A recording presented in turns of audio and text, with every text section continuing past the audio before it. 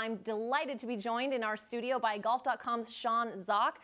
Sean, thank you. Always great to have you here. Now, of course, this is kind of a trend as we go through the major championship season. The week before, we always think, okay, whoever has won coming into this major championship is automatically the favorite. Now, in this case, it's Rafa Cabrera-Bello from the Scottish Open. Is that always the case, though? Is there a tie to be made between the Scottish Open and performance in the British Open? Performance doesn't necessarily translate week to week. We see that on the PGA Tour, we see it on the European Tour, we see it on just about every tour. It's hard to string wins together. So he's playing great golf. I don't know if Rafa is necessarily the favorite just because he won, he came back to win. But you definitely see guys that have success in the British Open are really guys that play in the Scottish Open. They play courses, they play links courses that kind of just get them ready. They get them suited for windy golf, weather and conditioned heavy golf. You know, it's different than they see in Florida, in California, and the parkland courses all over the PGA Tour. They get themselves ready and kind of acclimated and see if their game adapts to what links golf asks for. Yeah, we're seeing more and more often. It's not just guys going from Scottish Open to British Open. They're coming in for the Irish Open too and spending the better part of a month overseas before the third major championship of the year. Well, the majors that's where they want to peak. And if they're not really akin to links golf, a lot of guys, they want to get some experience with it, especially the Americans. They didn't grow up playing links golf. They want to get themselves acclimated with it, see what pot bunkers will do to their game, handle pot bunkers, handle long fescue, and handle windy golf. And if they can handle it all, then they know they're ready for the British Open. As you said, it's very different over there than it is with American golf courses. What do you think about this course and what type of player that it will favor this week?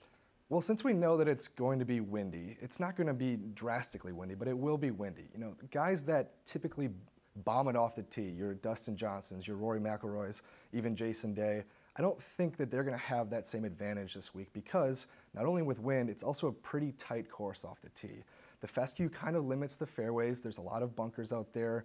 The creative bunkering of this course makes it tough to aim off the tee. And if you add wind and weather conditions to that, it kind of takes away the guys that bomb at 320, 330 off the tee. So I think it tends to favor guys that will be long and straight, but more straight than long. Guys that can get out there in the fairway, have a really good look at a green, and if they're an elite ball striker, they're going to give themselves just all kinds of chances at birdie. Okay, so let's look back at our two overseas winners, right? We have Jon Rahm and Rafa.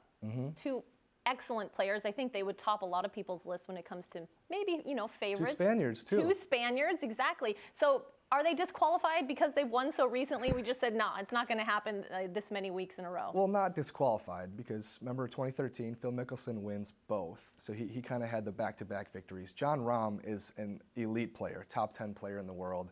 You would never be surprised if he would win this event because his game is just really, really well suited to winning on any kind of golf course. So I don't think we're ready to ex-nay those guys, to keep them away from victory here. It's just tough to keep that form going and going and going week to week. But if anyone's going to do it, it's probably going to be some European player like a Spaniard who grew up playing links golf and knows what it requires of their game. Well, I'm glad you mentioned yet another Spaniard. Could it be Sergio? Now, I can't let you go. I know we're almost out of time, but you got to give me a pick.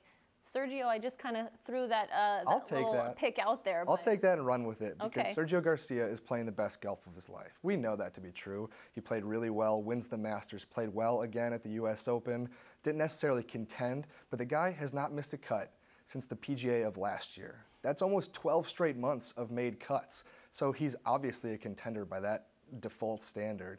I think you have to like his game. Ball striker, long and straight off the tee. That's how he played Augusta National in victory. So if you're going to ask me for a pick and you're going to have all these things that say Sergio, Sergio, Sergio, I don't think I'm not going to depart from that logic. Well, we are on a first-time major winner streak at the moment, so it would be interesting to see someone have two majors in the same season.